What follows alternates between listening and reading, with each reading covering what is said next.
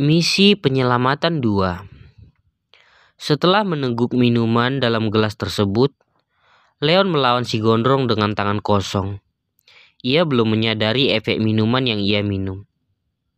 Sementara Jovita yang melihat Leon hanya bisa menahan napas. Apa yang dia lakukan nanti? Kenapa dia meminumnya? Jovita merasa sangat khawatir. Leon tidak memiliki senjata sesuai permintaan lelaki itu. Ia bersikap gentleman menepati janji. Ia datang tanpa dibekali senjata. Leon berpikir lelaki berambut gondrong ingin melecehkan Jovita dengan memaksanya memberi minuman beralkohol. Leon tidak menyadari kalau si gondrong tadinya hanya ingin memberi perangsang. Perangsang jika dicampur dengan minuman beralkohol, efeknya lebih kuat.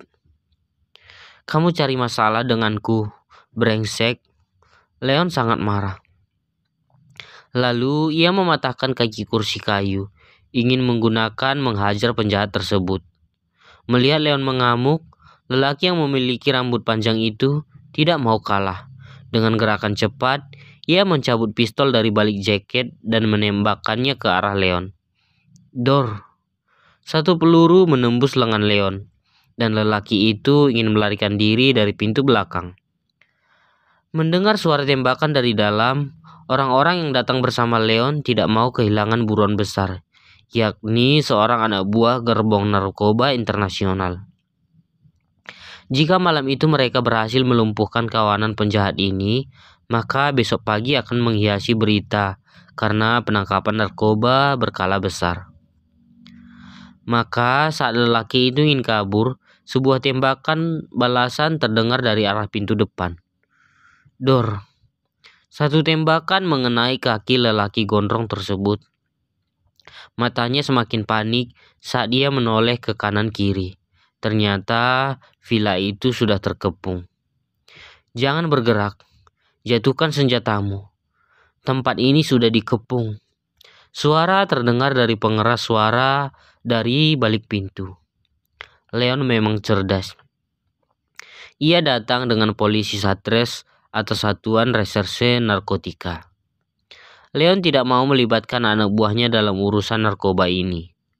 Saat anak buah penjahat itu sibuk mengawasi anak buah Leon di rumahnya, ternyata di luar dugaan, Leon datang membawa barang sekalian dengan polisi. Apa yang terjadi? Bukankah mereka bilang anak buah Leon tidak ada yang keluar dari rumah? Lalu mereka siapa? Lelaki gondrong itu ingin melarikan diri. Dor! Satu tembakan mengenai kaki kirinya lagi.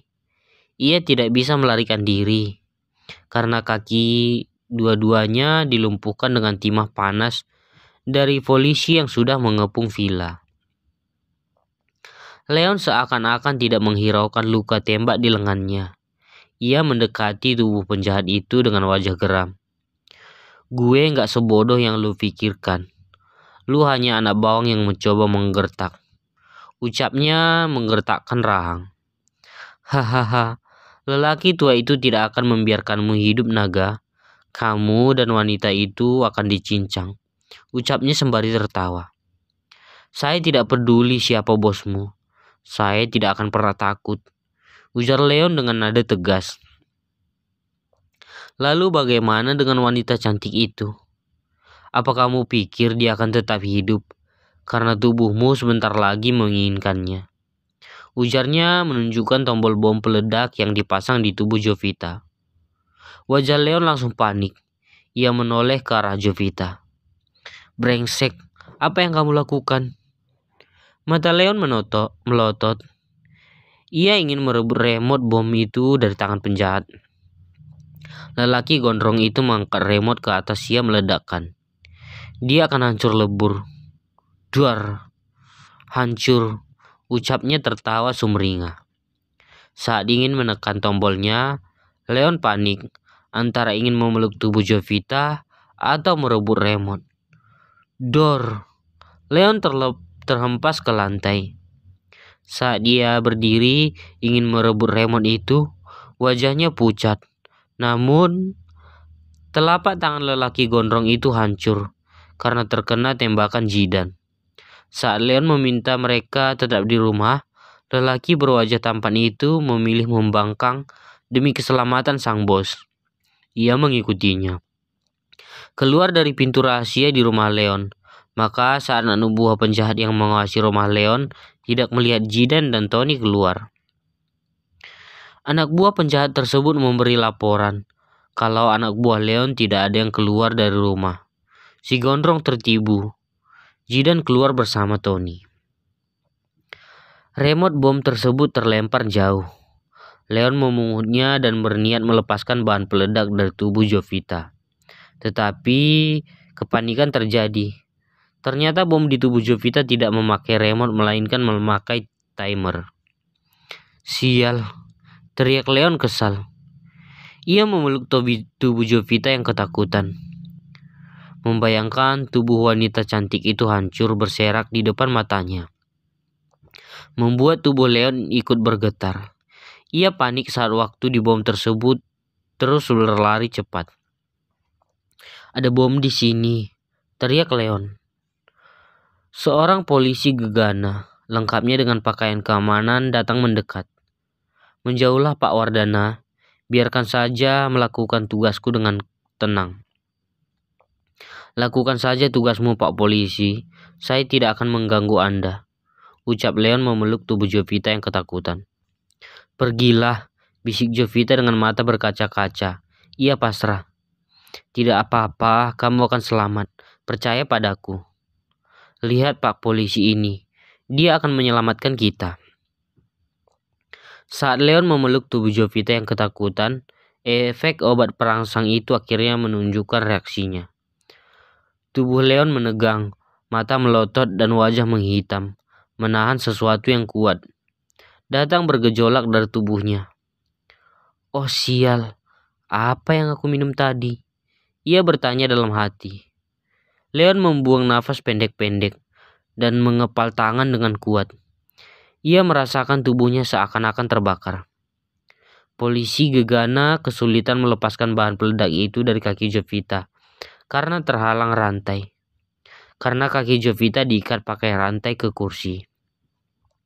Sementara waktu tidak banyak, hanya butuh beberapa menit lagi sebelum bom meledak, sesuai waktu yang sudah diatur. Kita dalam masalah, kakinya dirantai ke kaki kursi, ucap sang polisi. Bagaimana kalau rantainya dihancurkan? Tanya Leon dengan wajah tersiksa. Ia tidak merasakan luka tembak di tangannya lagi. Ada rasa yang lebih kuat yang membuatnya begitu menderita. Obat perangsang yang ia minum diberi dosis tinggi. Semakin lama akan semakin panas. Kamu percaya padaku? Tanya Leon menatap Jovita. Iya. Baik, tutup matamu. Jidan, apa kamu masih di sana? Iya bos, saya percaya padamu. Nyawa kami berdua sedang berada di tanganmu. Saat ini, kita tidak punya banyak waktu. Hanya hitungan beberapa menit waktu yang tersisa. Kamu bidik rantai di kaki bagian belakang Jovita. Baik bos. Jidan si penembak jitu mengarahkan senjatanya membidik rantai mengikat kaki Jovita dengan resiko mematikan. Jika meleset ada dua kemungkinan. Kaki Jovita terkena peluru dan kedua jika akan mengenai bom tersebut akan meledak. Jidan membuat perhitungan dalam otak dan memperhitungkan semua kemungkinan yang paling buruk. Teropong senapan itu masih mengarah ke kaki Jovita.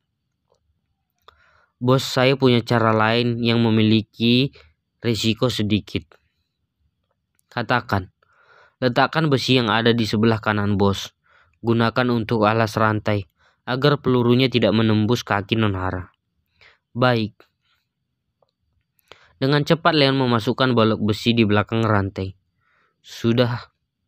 Baik bos. Saya hitung mundur. 3, 2, 1. Dor. Jovita mencengkram lengan Leon yang terluka karena kaget. Darah segar dari Leon yang terkena tembak menetes di lantai. Leon semakin meringis. tetapi bukan karena rasa sakit di lengan, melainkan tuntutan tubuh yang belum terlampiaskan. Beruntung rantai di kaki Jovita terlepas dan hanya melukai kakinya sedikit. Mereka berdua sama-sama berdarah. Petugas gegana yang datang bersama Leon akhirnya berhasil menjinakkan peledak itu. Setelah dilepaskan dari kaki Jovita, waktu berhenti di menit-menit terakhir. Ketegangan berakhir. Namun ketegangan dari Junior Leon semakin menjadi. Suara ringisan dari mulut Leon tak mereda. Ia semakin merasa tersiksa karena efek perangsang yang ia minum semakin bereaksi. Ia merasakan aliran darah mengalir deras ke arah juniornya. "Ah, sial," ucapnya mengepal jari-jarinya dengan kuat. "Ah, saya tidak tahan lagi. Saya butuh pelampiasan. Saya bisa gila kalau seperti ini." Leon membatin.